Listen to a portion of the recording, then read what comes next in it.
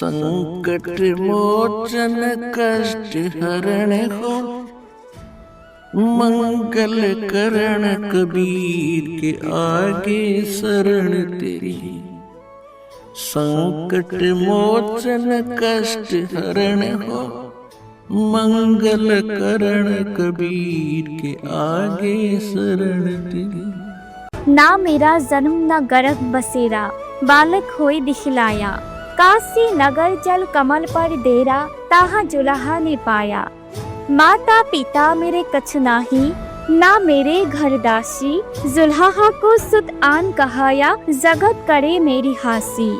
জগতগুৰু তত্ত্বদৰ্শী সন্ত ৰামপাল গুৰু মহাৰাজৰ সান্নিধ্যত পৰমেশ্বৰ কবিৰ চাহাবৰ প্ৰকট দিৱসত 9, 10 আৰু 11 জুন 2025 তাৰিখে নেপাল সহিতে ভাৰতৰ 12খন সতলোক আশ্ৰমত তিনিদিনীয়া মহাসমাগমৰ আয়োজন কৰা হৈছে।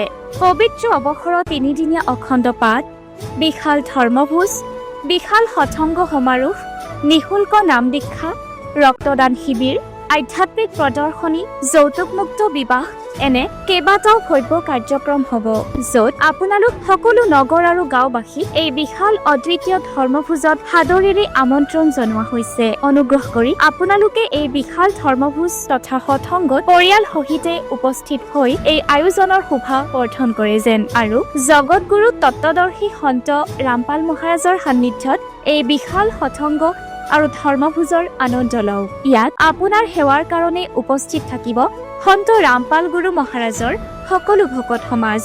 এই সমাগমৰ আয়োজনস্থলীৰ ঠিকনা হৈছে সতলোক আশ্ৰম, থনানা ধাম, তেহচিল গোহানা, জিলা সোনিপত, হাৰিয়ানা। দিনাংক 9ৰ পৰা 11 জুন 2025। সময় পুৱা 8 বজাৰ পৰা সন্ধিয়া 5 বজালৈ। আপোনালোকে কবিৰ প্ৰকট দিৱসত হ'বলগীয়া এই মহাসমাগমৰ চিধা সম্প্ৰচাৰ সন্ত ৰামপালজী আছামিজ সৎসংগ ইউটিউব চেনেল আৰু সন্ত ৰামপালজী আছামিজ সৎসংগ ফেচবুক পেজত চাব পাৰিব।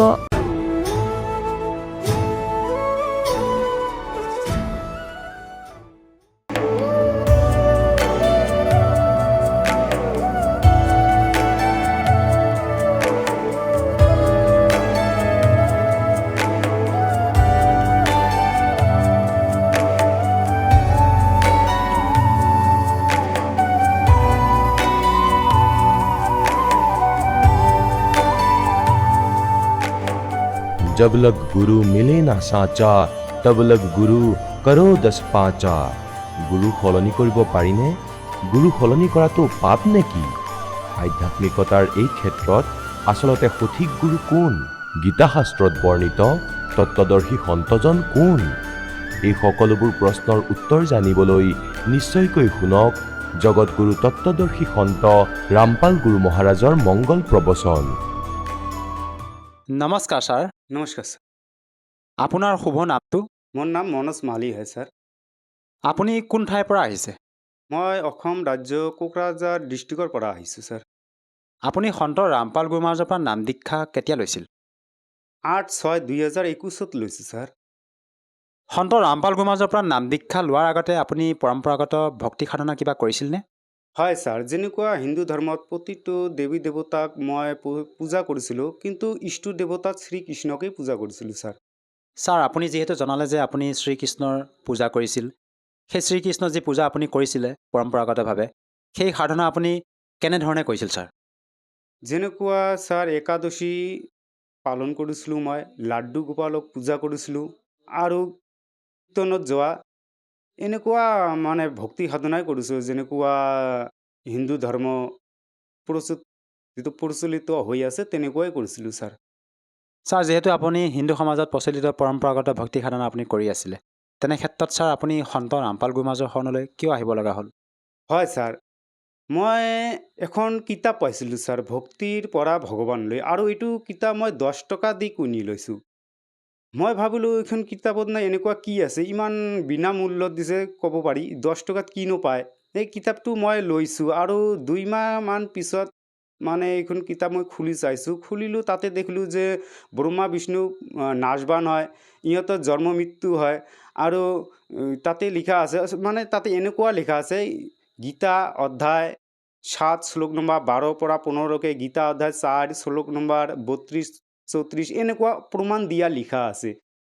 এইবিলাক মই পঢ়ি মোক ইণ্টাৰেষ্ট লাগিল, আৰু ইণ্টাৰেষ্ট লগাৰ পিছত মই দেখিলোঁ সন্ত ৰামপাল মহাৰাজৰ সৎসংগ সাৰ্চ কৰিলোঁ। সাৰ্চ কৰাৰ পিছত দেখিলোঁ সন্ত ৰামপাল মহাৰাজৰ শাস্ত্ৰ অনুকূল ভক্তি দি আছে, গীতা বেদ খুলি প্ৰমাণ দি আছে ব্ৰহ্মা বিষ্ণু নাচবান হয়। পিছত ছাৰ আপুনি নাম দীক্ষা কেনেকৈ ল'লে? মই অনলাইনত লৈছোঁ ছাৰ, সন্ত ৰামপাল মহাৰাজৰ পৰা সৎসংগ শুনি আছিলোঁ। তাতে ফোন নম্বৰ দিয়া আছে, আৰু ফোন নম্বৰ মই কণ্টেক্ট কৰিছিলোঁ। কণ্টেক্ট কৰাৰ পিছত মই সন্ত ৰামপাল মহাৰাজৰ প্ৰত্যেকটা জিলাতে নামদান চেণ্টাৰ আছে, আৰু তাৰ পৰা মই অনলাইনত দীক্ষা লৈছোঁ ছাৰ। ছাৰ, যিহেতু আপুনি সন্ত ৰামপাল গুৰু মহাৰাজৰ দ্বাৰা লিখিত পুথি ভক্তিৰ পৰা ভগৱানলৈ আপুনি পঢ়ি তাৰ জ্ঞানৰ দ্বাৰা আপ্লুত হ'লে, তাৰপিছতে আপুনি তেখেতৰ মংগল প্ৰবচন শুনিবলৈ ধৰিলে, তাৰপিছতে আপুনি জ্ঞান বুজি তেখেতৰ পৰা অনলাইনৰ মাধ্যমেৰে আপুনি নাম দীক্ষা ল'লে। ছাৰ, আমি আপোনালোকৰ সন্ত ৰামপাল গুৰু মহাৰাজৰ ভক্তসকলৰ যেতিয়া অনুভৱ শুনো, তেওঁলোকে মত ব্যক্ত কৰে যে তেওঁৰ পৰা নাম দীক্ষা লোৱাৰ পিছতে বিভিন্ন প্ৰকাৰে লাভ পায়। আপুনি বৰ্তমান সন্ত ৰামপাল গুৰু মহাৰাজৰ পৰা নাম দীক্ষা লৈ কেনেধৰণৰ লাভ পাইছে ছাৰ? বহুত লাভ পাইছোঁ ছাৰ, বহুত লাভ পাইছোঁ। মোৰ এলাৰ্জি আছিল, এলাৰ্জিটো ইমান ডাঙৰ বেমাৰ নহয়, কিন্তু মই ট্ৰিটমেণ্ট কৰা অসমৰ্থ আছিলোঁ। মই দুখীয়া পৰিয়ালৰ পৰা হয়, মই ট্ৰিটমেণ্ট কৰিব নোৱাৰিছিলোঁ, আৰু মোৰ বোবা ধৰিছিল। মই টোপনি গ'লে বোবা ধৰিছিল, মানে এনেকুৱা হাত ভৰি লৰাব নোৱাৰিছিলোঁ, চেতনা হৈছিলোঁ কিন্তু উঠিব নোৱাৰিছিলোঁ, এনেকুৱা সমস্যা আহিছিল। আৰু মোৰ পত্নীৰ কিডনীৰ পাথৰ আছিল। মই 4 বাৰ ছ'নোগ্ৰাফ কৰিছিলোঁ, 4 বাৰে পাথৰ ওলাইছে, কিন্তু সন্ত ৰামপাল মহাৰাজৰ পৰা দীক্ষা লৈছোঁ। লোৱাৰ পিছত প্ৰাৰ্থনা লগাইছোঁ, সন্ত ৰামপাল মহাৰাজে আশীৰ্বাদ দিছে যে পৰমাত্মা দয়া কৰিব, আৰু এইখিনি কথাই সন্ত ৰামপাল মহাৰাজে মানে মোৰ জীৱনটো বদলাই দিছে। মই এতিয়া মোৰ পত্নীক ছ'নোগ্ৰাফ কৰালোঁ, ছ'নোগ্ৰাফ কৰাৰ পিছত পাথৰটো নাইকিয়া হৈছে, সন্ত ৰামপাল মহাৰাজা দয়া দেহে। ছাৰ, এইটো কেনেকৈ সম্ভৱ? আপোনাৰ যি মানে এলাৰ্জি বেমাৰৰ কথা ক'লে, আপোনাৰ শাৰীৰিকভাৱে যি অসুস্থ আছিলে আপুনি, আৰু লগতে আপোনাৰ পৰিবাৰৰ যি কিডনীত পাথৰ, বৰ্তমান সময়তো আপুনি অন্য ডক্টৰৰ ওচৰলৈ উন্নতমানৰ চিকিৎসা কৰিলে হয়তো ঠিক হ'ল হয়। তেনে ক্ষেত্ৰত ছাৰ, সন্ত ৰামপাল গুৰু মহাৰাজৰ পৰা নাম দীক্ষা লোৱাৰ পিছতে যে ঠিক হ'ল, এইটো ছাৰ কেনেকৈ সম্ভৱ? সন্ত ৰামপাল মহাৰাজৰ পূৰ্ণ গুৰু হয় ছাৰ। শাস্ত্ৰ প্ৰমাণিত ভক্তি দিয়ে কাৰণে আমি অদ্ভুত লাভ পাওঁ। পৰমাত্মা কৈছে, সাধু কা বচন না পাল্টে চাহে পালত যায় ব্ৰহ্মাণ্ড। সন্ত ৰামপাল মহাৰাজৰ বাণী মানে মুখৰ বাণী কেতিয়াও খালী নাযায় ছাৰ। ছাৰ, আমি যেতিয়া সন্ত ৰামপাল গুৰু মহাৰাজৰ ভক্তসকলে যেতিয়া অনুভৱ শুনো, তেওঁলোকে আৰু মত ব্যক্ত কৰে যে তেওঁৰ পৰা নাম দীক্ষা লোৱাৰ পিছতে নিচাৰ দৰে বদ অভ্যাসো ত্যাগ কৰিব পাৰি। এই ক্ষেত্ৰত ছাৰ কিমান দূৰ সত্য? প্ৰকৃততে তেওঁৰ পৰা নাম দীক্ষা ল'লে নিচাও ত্যাগ কৰিব পাৰি নেকি ছাৰ? হয় ছাৰ, মই নিজে নিচা আধীন আছিলোঁ। নিচাই মোক এক প্ৰকাৰ স্বীকাৰ কৰি লৈছিল ছাৰ। নিচা খোৱাৰ কাৰণে মোৰ পত্নীৰ লগত সদায়ে কাজিয়া হৈছিল, আৰু কাজিয়া লগাৰ কাৰণে মই একদিন মোৰ পত্নীক কৈছোঁ যে মই যদি নিচা কৰোঁ, মই নিজৰ ইনকামৰে নিচা কৰোঁ, আৰু তোমাৰ দেউতাকৰ পইচাৰে নিচা নকৰোঁ। মই ইমান কঠোৰ ভাষা কৈছিলোঁ, এখেতৰ হৃদয়ত লাগি আঘাত দিছিলোঁ। মই পৃথিৱীত এনেকুৱা কোনো শক্তি নাছিল যে মোৰ নিচা এৰিব পাৰিছিল। কেৱল সন্ত ৰামপাল মহাৰাজৰ দয়াত মই আজি নিচাৰ পৰা মুক্তি পালোঁ ছাৰ, নহ'লে মোৰ জীৱনটো বেকাৰ হৈ গ'ল হয় ছাৰ। আপুনি ছাৰ কিমান বছৰ ধৰি কৰিছিল নিচা? ছাৰ, মই কমচে কম 8 বছৰমান নিচা কৰিছিলোঁ ছাৰ। ছাৰ, এইটো এটা আচৰিত কথা। আপুনি এজন সন্তৰ পৰা নাম দীক্ষা লোৱাৰ পিছতে নিচা ত্যাগ কৰিব পাৰিছে, যিটো নেকি বৰ্তমান সময়ত চৰকাৰেও কৰিব পৰা নাই, বা বিভিন্ন অভিযান আগবঢ়াইছে যদিও নিচামুক্তি কেন্দ্ৰ মানে কিছুমান নিৰ্মাণ কৰি পেলাই সমাজৰ পৰা নিচা দূৰ কৰিবৰ কাৰণে যি প্ৰস্তুতি চলাইছে, তথাপি এই মানে নিচা অভ্যাসক নিৰ্মূল কৰিব পৰা নাই সমাজৰ পৰা। এই ক্ষেত্ৰত ছাৰ, সন্ত ৰামপাল গুৰু মহাৰাজে আপোনালোকক এনেকুৱা কি ভক্তি বিধি প্ৰদান কৰে যাৰ বাবে নেকি আপোনালোকে এনেদৰে লাভ পাবলৈ সক্ষম হৈছে? চাওক ছাৰ, সন্ত ৰামপাল মহাৰাজ শাস্ত্ৰ প্ৰমাণিত ভক্তি দিয়ে, আৰু শাস্ত্ৰ প্ৰমাণিত ভক্তি ইমান শক্তি আছে, আমাৰ সম্পূৰ্ণ সমস্যাৰ পৰা আমালোকে পৰিত্ৰাণ পাব পাৰি। সন্ত ৰামপাল মহাৰাজ পৃথিৱীৰ মতে একমাত্ৰ সন্ত হয় যিয়ে শাস্ত্ৰ প্ৰমাণিত ভক্তি দিয়ে। বাকী সন্তবিলাকে এনে বেয়া নহয়, ইহঁতৰ শাস্ত্ৰ বিধিমতো ভক্তি নিদিয়ে ছাৰ, এইকাৰণে আমি ইহঁতৰ পৰা লাভ নাপাওঁ। সন্ত ৰামপাল মহাৰাজৰ পৰা এইকাৰণে লাভ পাওঁ, গীতা বেদ অনুসাৰ ভক্তি দিয়ে কাৰণে আমি পৰমাত্মাৰ পৰা দিয়া লাভ বোলে প্ৰাপ্তি কৰি আছোঁ ছাৰ। আৰু ছাৰ, পূৰ্বতে আপুনি যিবিলাক ভক্তি সাধনা কৰিছিলে, সেইসকল গুৰুৰ পৰা আপুনি যি ভক্তি বিধি মন্ত্ৰ মানে প্ৰাপ্ত কৰিছিলে, সেই ভক্তি বিধি মন্ত্ৰ আৰু বৰ্তমান সন্ত ৰামপাল গুৰু মহাৰাজৰ যি ভক্তি বিধি, ইয়াৰ মাজত আপুনি কেনেধৰণৰ পাৰ্থক্য বিচাৰি পাইছে ছাৰ? আগত যিবিলাক গুৰু আছিল, মই আগত গুৰু ধাৰণ কৰিছিলোঁ। মোৰ দেউতাকৰ মাকে মোৰ দাদীমা হয়। এই বৈষ্ণৱ পৰম্পৰাগত হয়। সিহঁতৰ সাধনাবোৰ শাস্ত্ৰত মিল নাখায় ছাৰ। আমি আগত শাস্ত্ৰ জ্ঞান নাছিল।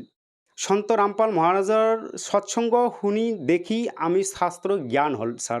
সন্ত ৰামপাল মহাৰাজে শাস্ত্ৰ প্ৰমাণিত ভক্তি দিয়ে আমি দেখিছোঁ, আৰু দেখাৰ পিছতহে আমি গম পালোঁ যে আগত যিবিলাক সাধনা কৰিছিলোঁ এইবিলাক শাস্ত্ৰ প্ৰমাণিত নাই, সেইকাৰণে আমি লাভ নাপাওঁ ছাৰ। আজি সন্ত রামপাল মহারাজ গীতার মধ্যে 3 মন্ত্র দিয়ে আছে, ওম তৎসৎ ইতি নিজস্ত্রবেদে ব্রহ্ম না পূর্ণ ব্রহ্ম পাওয়ার 3 মন্ত্র হয়।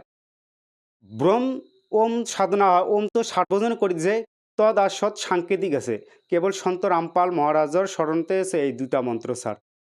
আৰু ছাৰ এই কথাষাৰ অন্য ধৰ্ম সম্প্ৰদায়ৰ লোকসকলে কেনেকৈ মানি ল'ব, যিহেতু আমাৰ হিন্দু সমাজৰ আপুনি গীতা শাস্ত্ৰৰ অনুসাৰে যি আপোনাৰ সন্ত ৰামপাল গুৰুমাজে যি ভক্তি বিধিৰ কথা ক'লে, ওম তৎসৎ যি সাংকেতিক মন্ত্ৰৰ কথা কৈছে, আমাৰ অন্য পবিত্ৰ ধৰ্মৰ যিবিলাক শ্ৰদ্ধালু আছে, যেনেকৈ হওক মুছলমানেই হওক বা খ্ৰীষ্টানসকলেই হওক, তেওঁলোকে এই কথাষাৰ কেনেকৈ মানি ল'ব ছাৰ?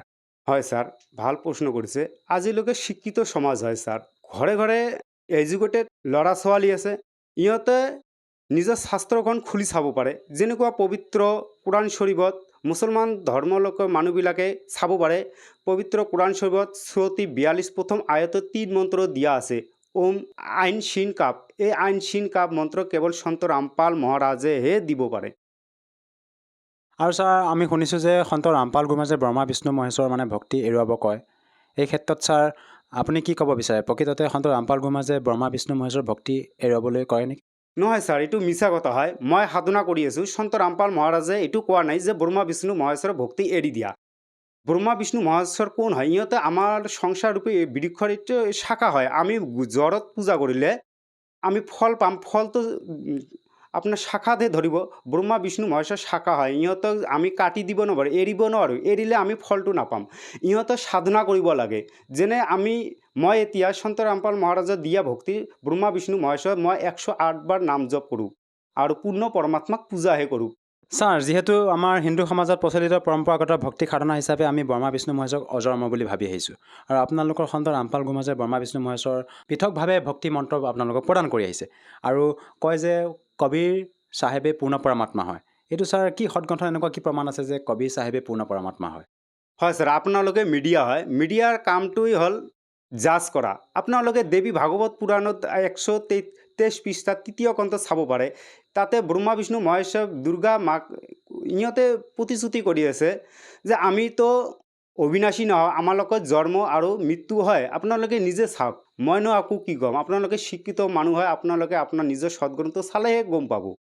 আৰু পবিত্ৰ কোৰাণ শ্বৰীফত সন্ত ৰামপাল মহাৰাজে কবিৰ 6 দিনত সৃষ্টি কৰিছে, 7মা দিনত তাকাত পৰ বিৰাজমান হৈছে, দেখাইছে খুলি, আমি দেখিলোঁ। পবিত্ৰ বাইবেলতো দেখাইছে, পবিত্ৰ গুৰুগ্ৰন্থ সাহিবতো দেখাইছে, বেদতো দেখাইছে।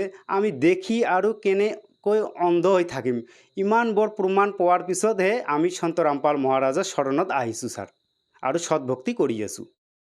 ছাৰ যিহেতু আপুনি আজি এই টিভি স্ক্ৰীণৰ সন্মুখত মত ব্যক্ত কৰিলে যে আপুনি সন্ত ৰামপাল গুৰুমাজৰ পৰা নাম দীক্ষা লোৱাৰ পিছতে আপুনি বিভিন্ন প্ৰকাৰে লাভ পাইছে, আপুনি নিজে মত ব্যক্ত কৰিলে যে আপোনাৰ যি এলাৰ্জি বেমাৰ আছিলে তাৰ পৰা আপুনি পৰিত্ৰাণ পাইছে, লগতে আপোনাৰ পৰিবাৰগৰাকী যি কিডনীত পাথৰ হৈছিলে তাৰ পৰা পৰিত্ৰাণ পালে। গতিকে আজি যিসকল দৰ্শকে আপোনাক এই টিভি স্ক্ৰীণত প্ৰত্যক্ষ কৰি আছে, তেওঁলোকক আপুনি কি বাৰ্তা দিব বিচাৰে যাতে তেওঁলোকেও আপোনাৰ দৰে উপকৃত হ'ব পাৰে? হয় ছাৰ, মইনো আকৌ কি বাৰ্তা দিম? চাওক, মই আগত যিবিলাক সাধনা কৰিছিলোঁ, লাড্ডু গোপালক পূজা কৰিছিলোঁ, এইবিলাক কৰি মোৰ সমস্যাৰ পৰা মই পৰিত্ৰাণ পোৱা নাই। মই তথাপিও মই আত্মাটো মানা নাই যে এজন পৰম শক্তি আছে যি নেকি সুখদায়ক হয়, সুখৰ সাগৰ হয়, যি নেকি আমাৰ দুখৰ কথা শুনিব। তাৰ আশাত একদিন মই সন্ত ৰামপাল মহাৰাজৰ ভক্তিৰ পৰা ভগৱান পুস্তক মই পালোঁ, আৰু তাতে পঢ়ি কিনে দেখিলোঁ সুখৰ সাগৰটো কবিৰ দেৱে হয়। আৰু এই আধাৰত মই সন্ত ৰামপাল মহাৰাজৰ সৎসংগ শুনি 2 মাহমান সৎসংগ শুনাৰ পিছত মই জ্ঞান বুজি সন্ত ৰামপাল মহাৰাজৰ পৰা দীক্ষা লৈছোঁ, আৰু লোৱাৰ পিছত মোৰ অদ্ভুত এনেকুৱা লাভ হৈ আছে। যিহঁতে শ্ৰদ্ধালুৱে মোক আজি টিভিত চাই আছে, ইহঁতক মই কৰ্বত প্ৰাৰ্থনা কৰোঁ যে আপোনালোকে সন্ত ৰামপাল মহাৰাজৰ জ্ঞানটো শুনক, শুনি সৎসংগ শুনি জ্ঞানটো বুজি তেখেতৰ পৰা দীক্ষা লওক, আপোনালোকৰ মোৰ নিচিনা অদ্ভুত লাভ পাব ছাৰ। হয়। ছাৰ যদিহে কোনো লোকে তেখেতৰ পৰা নাম দীক্ষা ল'ব বিচাৰে সহজভাৱে কেনেকৈ ল'ব পাৰিব? চাওক, সন্ত ৰামপাল মহাৰাজৰ বিভিন্ন চেনেল আছে আৰু চেনেলত ফোন নম্বৰ দিয়া আছে। ফোন নম্বৰ কণ্টেক্ট কৰিলে সন্ত ৰামপাল মহাৰাজে বহুত কৃপা কৰিছে, প্ৰত্যেকটো জিলাত নামদান কেন্দ্ৰ খুলি দিছে। ইহঁতৰ পৰা কণ্টেক্ট কৰি আপুনি সন্ত ৰামপাল মহাৰাজৰ পৰা বিনামূলীয়া নাম দীক্ষা ল'ব পাৰে ছাৰ। আৰু লগতে ছাৰ, ঘৰে ঘৰে আজি মোবাইল হৈছে না, মোবাইলত বহুত ফেচবুক হওক, আপোনাৰ ইউটিউব হওক, তাতে সন্ত ৰামপাল মহাৰাজ সাৰ্চ কৰিব, লিখিব, লিখাৰ লগে লগে সন্ত ৰামপাল মহাৰাজৰ সৎসংগ আহিব, তাতে নাম্বাৰ পাব। এই নাম্বাৰটো যোগাযোগ কৰিলে আপুনি সন্ত ৰামপাল মহাৰাজৰ পৰা বিনামূলীয়া নাম দীক্ষা প্ৰাপ্ত কৰিব পাৰিব ছাৰ। ধন্যবাদ থাকিল ছাৰ। সৎ সাহেব। এতিয়া জগতগুৰু তত্ত্বদৰ্শী সন্ত ৰামপাল গুৰু মহাৰাজৰ সৎসংগৰ মাধ্যমেৰে সেই অদ্বিতীয় আধ্যাত্মিক জ্ঞানৰ বিষয়ে জানি লওঁ, যাৰ মাধ্যমেৰে আপোনালোকেও প্ৰাপ্ত কৰিব পাৰিব এনেকুৱা আধ্যাত্মিক, মানসিক আৰু ভৌতিক সুখ যি এতিয়ালৈকে কেৱল আপোনালোকে মীৰাবাই, ধ্ৰুৱ, প্ৰহ্লাদ আদি কেইজনমান ভক্তৰ জীৱন কথাতহে শুনিছে। এতিয়া শুনক তত্ত্বদৰ্শী সন্তৰ সৈতে শাস্ত্ৰ অনুকূল ভক্তি সৎসংগ, এনেকুৱা অদ্বিতীয় আধ্যাত্মিক জ্ঞান যাৰ প্ৰমাণ আছে সকলো ধৰ্মৰ সকলো পবিত্ৰ শাস্ত্ৰত। ছোৱালীটো মহাপাপী, কিন্তু দাতা আপুনি আশ্বাস দিছিলে যে পাপীও পাৰ হৈ যায়। এই আশাতেই মই আপোনাৰ চৰণত লাগি আছো, আৰু মোক ইয়ালৈ আহিবলৈ মানা কৰা হৈ আছে। তেতিয়া পৰমাত্মাই ক'লে, কি হ'ল পুত্ৰী? সকলোখিনি কোৱা। কিছুমান ভক্তই কয়, কিছুমান মাতৃয়ে কৈ আছে যে তই নিজ হৈ ইয়ালৈ নাহিবি, গুৰুজী অপমান কৰিছ। তেতিয়া পৰমাত্মাই ক'লে যে তুমি বেছিকৈ আহা, আৰু তোমাক যিয়ে মানা কৰিব মোক ক'বা। তেতিয়া পৰমাত্মাই সৎসংগৰ মাধ্যমেৰে তেওঁলোকক ক'লে, भाई कुश्ती होवे संत बंदगी कीजिए, हो वैश्या के विश्वास चरण चित दीजियो। যদি কোনো ভগতৰ বেমাৰো হৈ আছে, লাগিলে কেঞ্চাৰ হওক বা পেটৰ অসুখ, আৰু তেওঁ ভক্তি কৰি আছে, নাম লৈ ৰাখিছে, তেওঁক ঘৃণা কৰিব নালাগে, তেওঁক সৎ চাহেব মাতিব লাগে। মৰমেৰে ক'লে, এয়াতো সকলোৰে হ'ব পাৰে এই বেমাৰ, আপোনালোকৰো হ'ব পাৰে যদি আবুল তাবুল বকা, কিন্তু যিহেতু তেওঁ ভক্তি কৰি আছে, তেওঁ ভগত হৈ গ'ল, আৰু ইয়াৰ পৰা তেওঁ পৰিত্ৰাণো পাব। और जैसे कहते हो वैसा के विश्वास चरण चित दीजिए। যদি কোনো ভনী বা পুত্ৰীয়ে ভুলতে কোনো দুষ্কৰ্মত আবদ্ধ হৈ আছে আৰু তেওঁ সঁচা মনেৰে ভক্তি কৰে, তেন্তে কোৱা হয় তেওঁকো ৰেচপেক্ট দিবা, যি টি ক'ব নালাগে। গতিকে এই প্ৰকাৰে বহুতো প্ৰমাণ দিলে যে মানুহে নিজৰ অপগুণখিনি নেদেখে, বেলেগৰহে দুখ উলিয়ায়।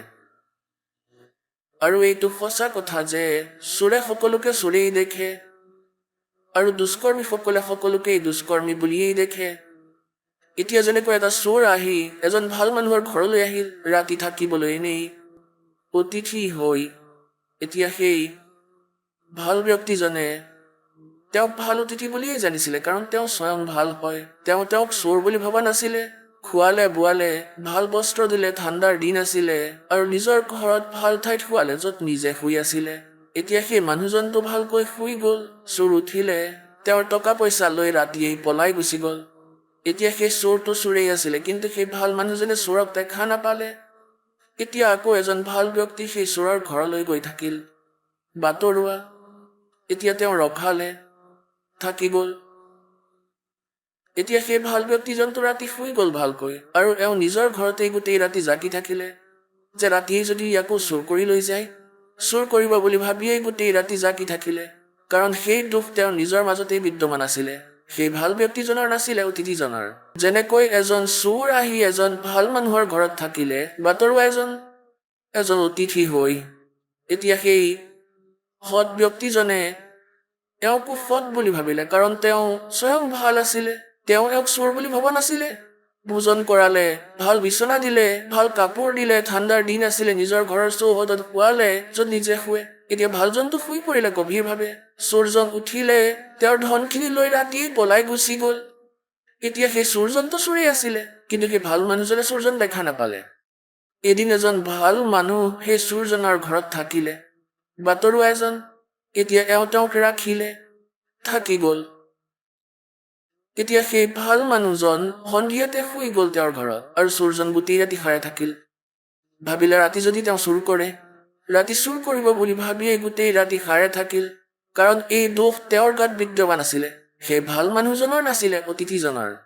আৰু বহুতো প্ৰমাণ এই পৰমাত্মাই দিছে যে এজন সাধু ক'ৰবাত ছোৱালী এজনীক পিটি থকা হৈছিলে। নগৰৰ মানুহে তেওঁক মাৰি আছিলে, সন্তজন তাত গৈ পালে। তেওঁ এজন সিদ্ধ পুৰুষ আছিল, সকলোৱে জানিছিল যে তেওঁৰ বচনত শক্তি আছে। তেওঁ ক'লে যে বাচাহঁত কি হৈ আছে, এই ছোৱালীজনীক কিয় মাৰি আছা তোমালোকে? গোটেই গাঁওবাসীয়ে ক'লে যে তাই দুষ্কৰ্মী হয়, তাই এই ঠাইত দুষ্কৰ্ম কৰে। সন্তজনে ক'লে যে ৰৈ যোৱা, এইক এনেকে শাস্তি দিব নালাগে, মই ক'ম কেনেকে শাস্তি দিব লাগে। সকলোৱে পাথৰ উঠোৱা, আৰু এটা এটা পাথৰ এইক মাৰিম, এইক বহুত কষ্ট দি মাৰিম। সকলোৱে পাথৰ উঠোৱা, এটা এটা পাথৰ উঠাই ল'লে। সন্তজনে ক'লে যে ছোৱালীজনীক সেইজনেহে মাৰা যিজনে আজিলৈকে কোনো অপৰাধ কৰা নাই, যাৰ মনত কোনো দোষ নাই, তেওঁৱেই কৰা এই কাম, নহ'লে ইয়াতে ভস্ম হৈ যাবা। এজনৰো হাতত পাথৰ নাথাকিল, আৰু এৰি পেলাই দূৰত গৈ থিয় হ'ল।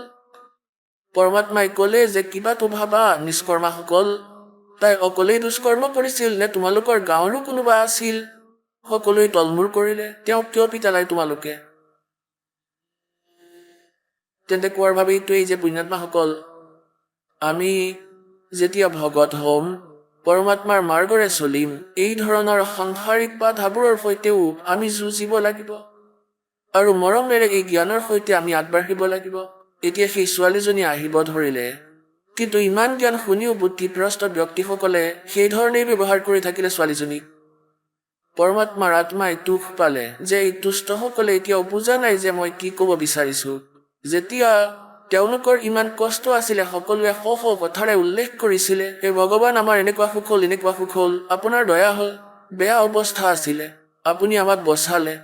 আৰু আজি এই স্বয়ং প্ৰভুক আনিলে ইয়ালৈ এৰেঞ্জমেণ্ট কৰ্তাসকলে। তেতিয়া পৰমাত্মাই কি কৰিলে, যেতিয়া সেই ছোৱালীজনী বহুত অশান্তি দিবলৈ ধৰিলে, তেতিয়া পৰমেশ্বৰে কি কৰিলে, সেই ছোৱালীজনীৰ ঘৰলৈ আহিবলৈ ধৰিলে। পুত্ৰী, মই আহিম তোমাৰ সেই ঘৰলৈ। এতিয়া সেয়া হৈছে বদনামী ক্ষেত্ৰ, আৰু তালৈ কবি পৰমেশ্বৰ গ'ল, আৰু বাৰান্দাত এখন বিচনা লগাই বহিলে। চোতালত মেইন গলিৰ গেটত সন্মুখত বিচনা লগাই বহিলে। ছোৱালীজনীও বহিলে সন্মুখত। ছোৱালীজনীৰ ভৰিৰ ওপৰত ভৰি ৰাখি তাই ভৰি মালিচ কৰিলে, আৰু পৰমাত্মাই তাত ভৰি থৈ বহি পৰিলে। আৰু শিষ্যবোৰে সেয়া দেখি অবাক হৈ গ'ল। বেলেগ মানুহকো দেখুৱালে, আহা দেখুৱাই আছো তোমাৰ গুৰুজীৰ কাণ্ড। এতিয়া কোৱাৰ ভাৱ এইটোৱেই যে পৰমাত্মাই ভাবিলে সদায় সদায় কৰাটো ভাল নহয়, এবাৰতে পৰীক্ষা কৰোঁ তেওঁ কেনে ভক্ত। তেওঁ বুজিছিলে তাইক ভালেখিনি, আদৰণীয় ৰবিদাস চাহেবজী, আৰু তেওঁ বেছিভাগ সময় কবিৰ চাহেবৰ লগতেই আছিলে। ৰবিদাসজীক ক'লে যে ভগত, এটা কাম কৰা, এটা হাতী লৈ আহা ভাড়াত। হাতী ভাড়ালে লৈ আহিলে, আৰু ছোৱালীজনীক ক'লে যে পুত্ৰী, কালিলৈ তুমি সম্পূৰ্ণ শৃংগাৰ কৰি আহিবা। ক'লে ঠিক আছে পিতৃ, আপোনাৰ যি আজ্ঞা, আপোনাৰ পুত্ৰী হাজিৰ থাকিব। ছোৱালীজনীয়ে তেনেদৰে সম্পূৰ্ণ শৃংগাৰ কৰিলে, আৰু পৰমাত্মা কবিৰজীয়ে কি কৰিলে, এটা বটলত গংগা জল ভৰাই ল'লে, চাফা বটলত। ছোৱালীজনীক বহুৱাই ল'লে মাজতে, আৰু হাতীৰ ওপৰত ৰবিদাসজীক বনাই দিলে ড্ৰাইভাৰ, অৰ্থাৎ মাউত, আৰু নিজে বহিলে পিছৰ ফালে, আৰু ছোৱালীজনীৰ কান্ধত হাত থৈ ল'লে, আগলৈ ওলোমাই এনেকৈ বুকুৰ ফালে, আৰু এটা হাতত সেই গংগা জল, আৰু এনেদৰে পানী খালে, আৰু ছোৱালীজনীয়ে এনেকুৱা কৰি আছিলে বহি বহি। এতিয়া পৰমাত্মাই ক'লে সেই ৰবিদাসজীক যে মেইন বজাৰৰ ফালে লৈ যোৱা তোমাৰ গাড়ীখন। এতিয়া মেইন বজাৰৰ ফালে গুচি গ'ল পৰমাত্মা, সেই হাতী, আৰু যিয়ে দেখিলে ক'লে, কোনে এনেধৰণে মুক্তভাৱে বেশ্যাবৃত্তি আৰম্ভ কৰি দিলে, ক'লে যে কবিৰ হৈ শিপিনী ধানক কবিৰ ভগৱান বুলি কয়। যোৱা তেওঁৰ শিষ্যবোৰক মাতি আনা, যে আহা তোমালোকৰ গুৰুজীৰ কৰ্মকাণ্ড দেখুৱাই আছো। যিয়ে দেখিছে তেওঁৱেই ক'লে, নাই মইতো গৈছিলো কেতিয়াবা কেতিয়াবা, মই যাব বিচৰা নাছিলো, মোকতো আমুকে লৈ গৈছিলে এদিন তালৈ। এই ধৰণে কোৱাৰ ভাৱ এইটোৱেই যে 64 লাখৰ গ্ৰুপ হৈ গৈছিলে, আৰু এই লীলা চাই এজনো ৰৈ নাথাকিল, ব'লা যাওঁ।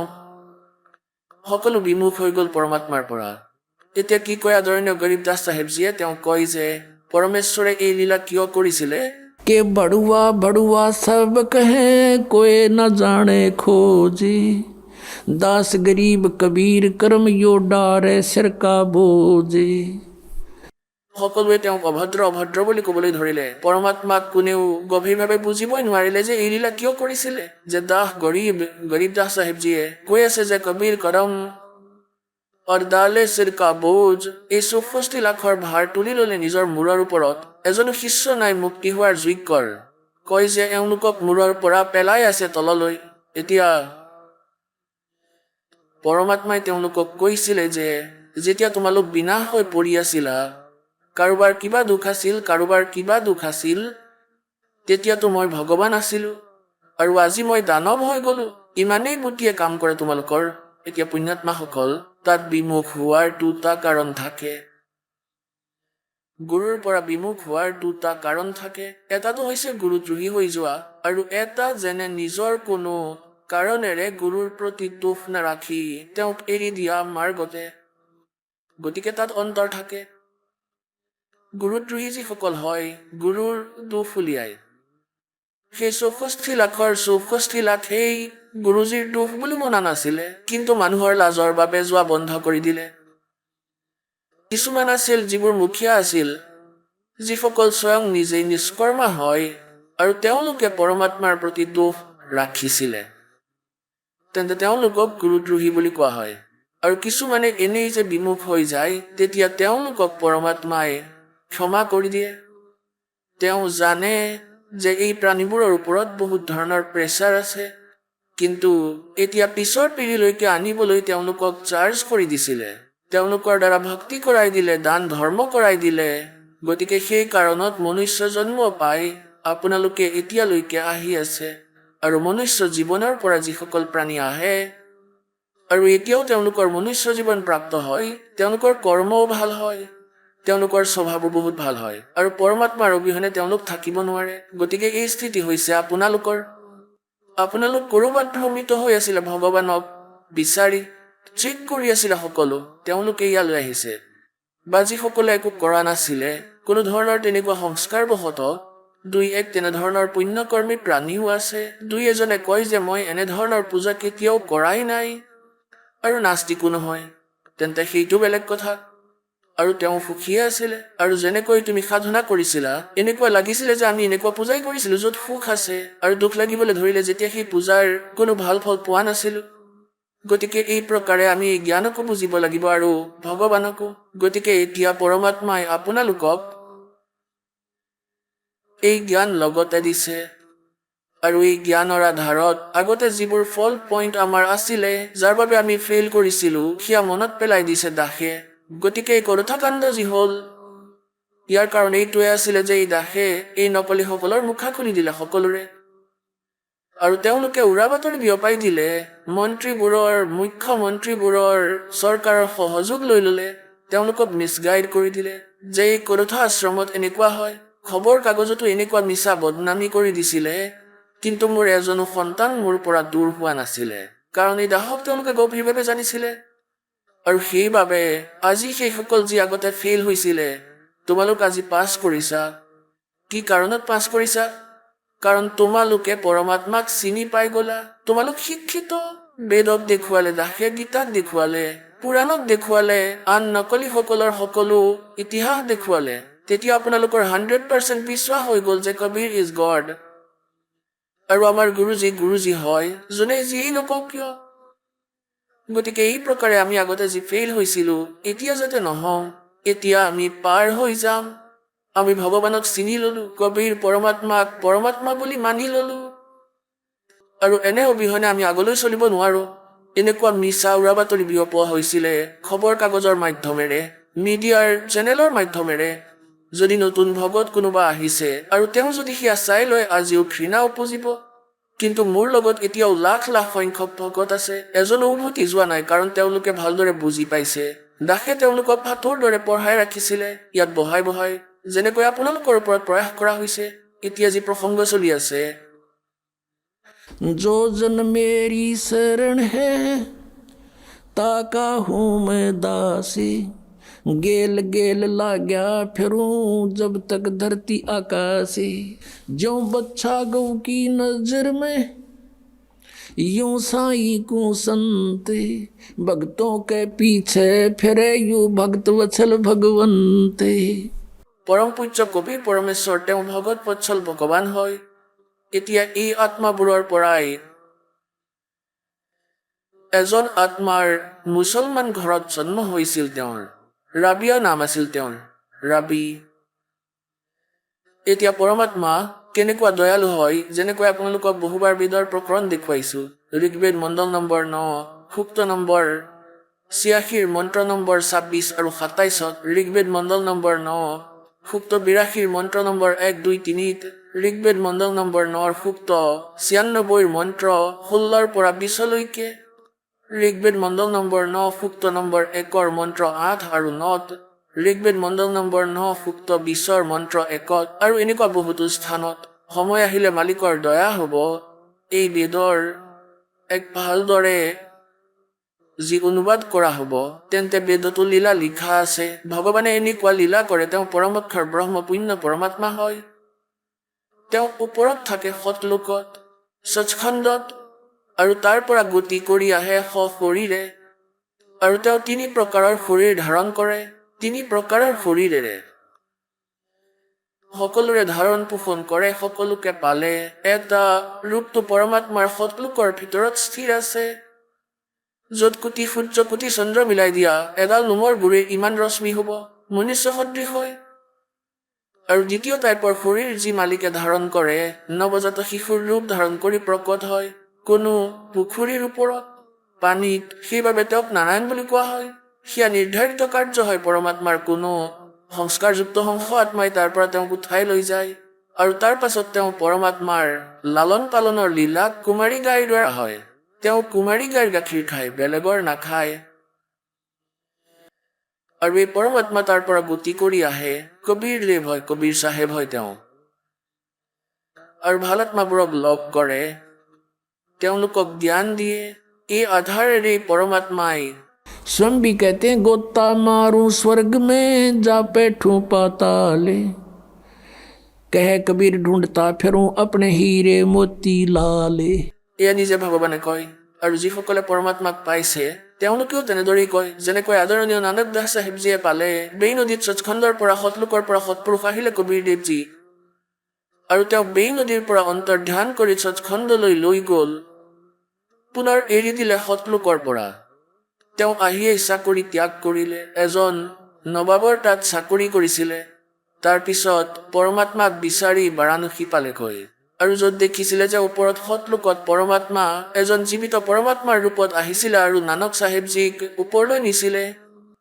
এতিয়া সেই ৰূপতেই পৰমাত্মা সতলোকৰ ভিতৰত বিৰাজমান, সেই চেহেৰাতেই, আৰু সেই ৰূপতেই শিপিনীৰ কাম কৰি আছে বাৰাণসীত, কাশীত। তাত যেতিয়া গৈ দেখিলে, আৰে সঁচাকৈ তেওঁতো সেইজনেই পৰমাত্মা হয় যিজনে মোক সচখণ্ডলৈ লৈ গৈছিলে, সতলোকত দেখিছিলো। तब कहा था फाई सूरत मलुकी वेश ए ठगवाड़ा ठगी देश खरा सियाणा बहुता बार ये दानक रूप रहा करता रे।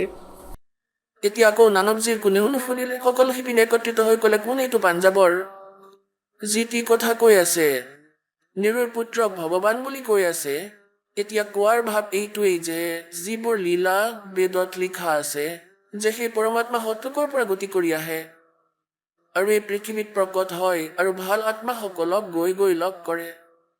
আদৰণীয় মুলুক দাস চাহেবজীক পালে, আদৰণীয় দাদু চাহেবজীক পালে, আদৰণীয় গৰীব দাস চাহেবজীক পালে, আদৰণীয় ঘিছা দাস চাহেবজীক পালে গাঁও কেকৰা জিলা মেৰঠ উত্তৰ প্ৰদেশত। आदरणीय गरीबदास साहिब जी पाले गांव चुरानी जिला झज्जर और हरियाणा। और गरीबदास जी ने कहा था कि सर्वकला सतगुरु साहेब की हरियाए हरियाणे नु তোমালোকে কোৱা ভগৱানক পোৱা নাই, ভগৱান নিৰাকাৰ হয়, আৰু মই কৈছো হৰি আহিছে হাৰিয়ানালৈ। গৰীবদাস চাহেবজীয়ে কৈছিলে যে হৰিয়াই হাৰিয়ানে নো, পৰমাত্মা ইয়ালৈ আহিছিলে আমাৰ ওচৰলৈ। তেতিয়ালৈকে হাৰিয়ানা হোৱাই নাছিলে, জইণ্ট পঞ্জাব আছিল।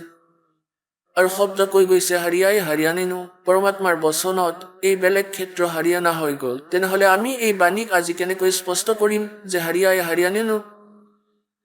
তেন্তে এই হাৰিয়ানা ক্ষেত্ৰ বনাই দিলে মালিকে, হ'বলগীয়াই আছিল। कहते हैं सात वचन पलटे नीचे पलट जा ब्रह्मांड। এতিয়া যি প্ৰসংগ চলি আছে তালৈ আহোঁ। এই আধাৰতেই পৰমাত্মাই সেই ছোৱালীজনীক পালে, ৰাবিয়াক। 12-13 বছৰৰ ছোৱালী আছিল, পথাৰৰ পৰা ঘাঁহ লৈ আহি আছিলে। পৰমাত্মাই তাতেই কুঁৱা এটাত বহি পৰিলে, ছোৱালীজনীও বহি গ'ল, কাৰণ আগৰ আত্মা যি হয়। कहते हैं साधु दर्शन राम का और मुख पे बसे सुहाग, दर्श उन्हीं को होते हैं जिनके पूर्ण भाग। कबीरा साधु दर्शन का साहिब आवे याद, वो है समय लेखे में, बाकी का समय बर्बाद। এতিয়া আত্মা সাধু সন্তক দেখি আনন্দিত হয় যে ভগৱান এনে সন্তৰ ৰূপতে আহে। সেই ছোৱালীজনী বহি গ'ল, পৰমাত্মাৰ ফালে চাই একেবাৰে আসক্ত, এনেকুৱা হৈ গ'ল, আকৰ্ষিত হৈ গ'ল যে কোনো মহাত্মা হয় এওঁ।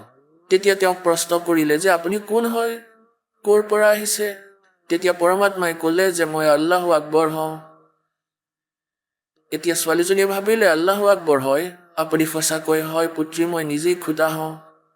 তাই ক'বলৈ ধৰিলে যে আপুনি কিহৰ বাবে আহিছে? মই তোমাৰ বাবে আহিছোঁ পুত্ৰী। তুমি সাধনা ভুল কৰি আছা, তুমি সৎ সাধনা কৰা। তুমি যি মুছলমান ধৰ্মৰ ভিতৰৰ সাধনা কৰা, এই সাধনা পাপৰ।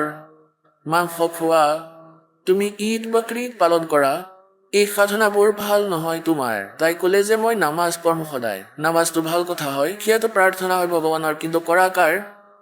এতিয়া কাৰোবাৰ এপ্লিকেশ্যন লিখি ওলাই গ'লা আৰু নাম তেওঁৰ লিখা নাই যে কাক দিব লাগে, কোনো ভিচিক দিব লাগে, কোনো কমিশ্যনাৰক দিব লাগে, কাৰোৰে নাম লিখা নাই, হুকা ৰাখিলা। আল্লাহ কোৱা, চাহেব কোৱা, তেন্তে কোনে শুনিব তোমাৰ এপ্লিকেশ্যন? এই নামাজ যদিও তুমি কৰা, তেন্তে কাৰ নামত পঠিয়াই আছা এয়া? তেওঁতো বেচুন আল্লাহ হয়। বেচুন হয় তেন্তে তোমাক কেনেকৈ সহায় কৰিব? বেচুন হয়, তেওঁ নিৰাকাৰ হয়। তেন্তে ছোৱালীজনী, তাইতো মালিকৰ আগততো এই অজ্ঞানতাৰ কি ঠিকনা? ছোৱালীজনী বহুত প্ৰভাৱিত হ'ল, ক'লে যে পুত্ৰী তুমি অসংখ্য জন্ম বিভ্ৰান্ত হৈ আছা। আগৰ জন্মত মনুষ্য আছিলা, অথবা এতিয়া মনুষ্য হৈছা। পাছৰ জন্মত যদি ভক্তি ঠিক নহয় পশু হৈ যাবা, আকৌ যদি মনুষ্য হৈ যোৱা, এই প্ৰচিডিউৰ আকৌ আৰম্ভ হ'ব। ইয়াৰ কোনো এণ্ড আছে? তেতিয়া ছোৱালীজনী বহুত প্ৰভাৱিত হ'ল আৰু তাই ক'লে যে ভগৱান তেনেহ'লে কি কৰিম? ক'লে যে পুত্ৰী উপদেশ লোৱা মোৰ পৰা আৰু ভক্তি কৰা গুৰুত্বৰে, ভজন কৰা। ক'লে যে যি এই সাধনাবোৰ মুছলমান ধৰ্মৰ হয়, এইবোৰ একেবাৰেই নকৰিবা। যেনেকৈ মই কৈছোঁ তেনেকৈ নামাজ এনেকৈ কৰিবা, যেনেকৈ মই কৈ আছোঁ, ভক্তি কৰি থাকিবা আৰু এই মাছ মাংস নাখাবা। তাই ক'লে যে এইটো কম্পালচৰি কৰি দিয়ে যে নামাজো কৰিব লাগে, নামাজো কৰিবা, কিন্তু মোৰ দুৱাই এইটো মন্ত্ৰ কৰি থাকিবা, বাছ হৈ গ'ল নামাজ। ক'লে যে ঠিক আছে। সেই ছোৱালীজনীয়ে উপদেশ লৈ ল'লে আৰু মালিকে উপদেশ দি গুচি গ'ল। ইমান প্ৰেৰিত হৈ গ'ল জ্ঞানেৰে, তাই সিদ্ধান্ত লৈ ল'লে যে মই বিয়া নহওঁ আৰু নিজৰ মুক্তি কৰাম। আৰু সেই সময়তে ঘৰৰ মানুহে কি কৰিলে, ছোৱালী কাপোৰ হৈ গ'ল, তাই বিয়াৰ ব্যৱস্থা কৰা যাওক। ছোৱালীজনীয়ে ঘৰৰ মানুহক কৈ দিলে যে মই বিয়া নহওঁ। আৰু মুছলমান ধৰ্মত এটা বিশেষত্ব আছে যে ছোৱালীজনীক প্ৰথমতে বহুৱাই দিয়া হয় আৰু ছোৱালীজনীক সোধা হয় যে পুত্ৰী তুমি এই বিয়া মঞ্জুৰ কৰা নে? আৰু তাই যদি স্বীকৃতি দিয়ে তেনেহ'লে বিয়া হ'ব, নহ'লে নহয়। এতিয়া সেই ছোৱালীজনীয়ে মানা কৰি দিলে, ঘৰৰ মানুহ বিবুদ্ধিত পৰিল, নিকাহ হ'বই নোৱাৰে কোনো অৱস্থাতে। মাক দেউতাক চিন্তাত পৰি গ'ল, বহুত বুজালে যে আমাৰ সন্মানৰ কথা আছে, আমুক আছে, এনেকুৱা বহুতো কথা ক'লে, কিন্তু তাই ক'লে যে মই বিয়া নহওঁ। এতিয়া মাক দেউতাকৰ বহুত চিন্তা হৈ গ'ল, ভাত পানী এৰি দিলে লোক লাজৰ কাৰণে। তেতিয়া ছোৱালীজনীৰ নিজে নিজেই এক প্ৰেৰণা হ'ল আৰু ভাবিলে ঠিকে আছে, দেখা যাব। মা দেউতাই কৈছে যেতিয়া বিয়াখন হৈ যাওঁ, কিন্তু আগলৈ গৈ মই নিজৰ স্বামীক স্পষ্টভাৱে কৈ দিম যে মই সন্তান উৎপত্তি নকৰোঁ। এয়া ডিটাৰমিনেশ্যন কৰি তাই সন্মতি দিলে। তাই বিয়া হৈ গ'ল খুব ভাল সৎ ব্যক্তিৰ সৈতে, ভাল অধিকাৰী আছিলে, অফিচাৰ আছিলে, তেওঁৰ সৈতে তাইৰ বিয়া হৈ গ'ল মুছলমানৰ। তাত গৈ তাই নিজৰ স্বামীক কৈ দিলে যে মোৰ এটা কথা শুনক, মই এটা প্ৰতিজ্ঞা কৰি থৈছোঁ নিজৰ গুৰুজীৰ শপত খাই যে মই সন্তান উৎপত্তি নকৰোঁ, গৃহস্থ কৰ্ম নকৰোঁ।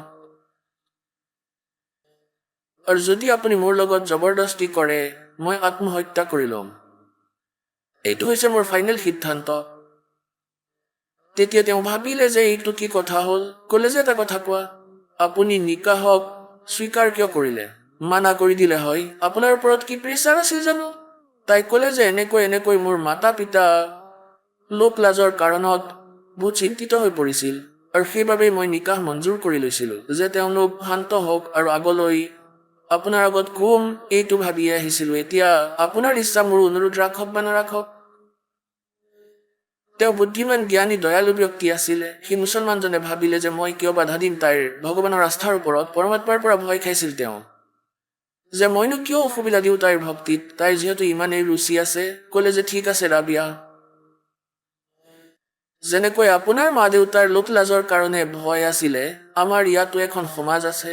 আপুনি থাকিব মোৰ পত্নীৰ ৰূপত, সংসাৰৰ দৃষ্টিত, আৰু মোৰ কাৰণে হ'বা মোৰ ভনীৰ তুল্য। তোমাৰ কাৰণে বেলেগ ঘৰ বনাই দিম, তাত তুমি ভক্তি কৰিবা, কিন্তু ঘৰৰ পৰা বাহিৰলৈ যাবলৈ নিদিওঁ। আমাৰ সন্মান আছে। আপুনি যদি কয় মই আমুকলৈ যাম, তামুকটো কৰিম, তেতিয়া কিন্তু যাবলৈ নিদিওঁ কোনো সন্ত ভগতৰ ওচৰলৈ। ক'লে যি আপোনাৰ আজ্ঞা। তেতিয়া সেই ছোৱালীজনীয়েতো 4 বছৰলৈকে সাধনা কৰিলে, যিবোৰ পৰমাত্মাই কৈছিলে। আকৌ তালৈ আহিব ধৰিলে, যিটো বেলেগকৈ কোঠালি বনাই দিছিলে। সেই মুছলমান ভগতজনে দ্বিতীয় বিবাহ কৰাই ল'লে। মুছলমানসকলে কেইবাখনো বিয়া কৰাব পাৰে। তেতিয়া তাতেই ওচৰ পাজৰৰ বহুত ভগত ভগতনী যি মুছলমান বৰ্গৰ আছিল, তেওঁলোক আহিব ধৰিলে। তেওঁলোকে ক'ব ধৰিলে যে কোৱা, তুমি একোৱেই নকৰা, এইটো কোনো কথা হ'ল? অৰ্থাৎ কিছুদিনৰ পিছতেই পৰমাত্মাৰ সেই জ্ঞান আঁতৰি গ'ল। সেই লোকবেদ আকৌ সোমাই গ'ল ছোৱালীজনীৰ, আৰু তাই আকৌ সেই মুছলমান ধৰ্মৰ ক্ৰিয়াবোৰে আৰম্ভ কৰিলে। এই সকলোবোৰ হৈছে কালৰ জাল। এতিয়া তাই কৰি আছিলে নিজৰ সাধনা। তাই 50 বছৰৰ হ'ল। 50 বছৰৰ আয়ুস যেতিয়া হ'ল, তেতিয়া তাই তাইৰ স্বামীক ক'লে যে যদি আজ্ঞা আছে তেন্তে মই মক্কা যাব বিচাৰোঁ হজ কৰিবলৈ। আৰু হজ কৰা কম্পালচৰি হয় মুছলমান ধৰ্মত। তেওঁলোকে এইটো মানে যে যি হজ কৰে তেওঁ স্বৰ্গবাসী হৈ যায়, তেওঁলোকৰ লাভ হয়।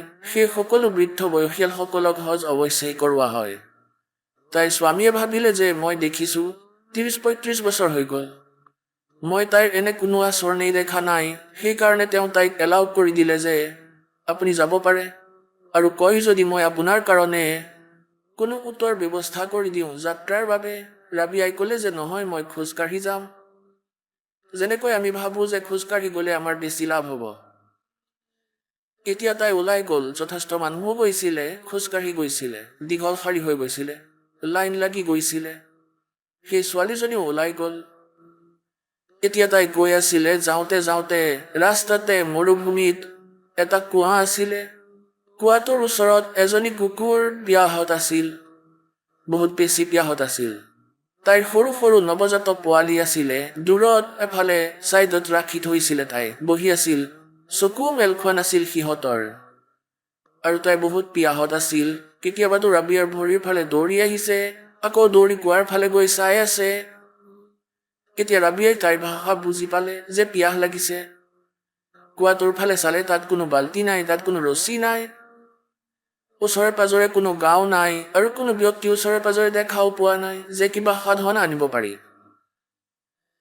এতিয়া ছোৱালীজনীয়ে ইফালেও নাচালে, সিফালেও নাচালে, নিজৰ চুলি ছিঙিব ধৰিলে। লম্বা লম্বা চুলি আছিল, তাই চুলি এডাল এডালকৈ ছিঙিব ধৰিলে।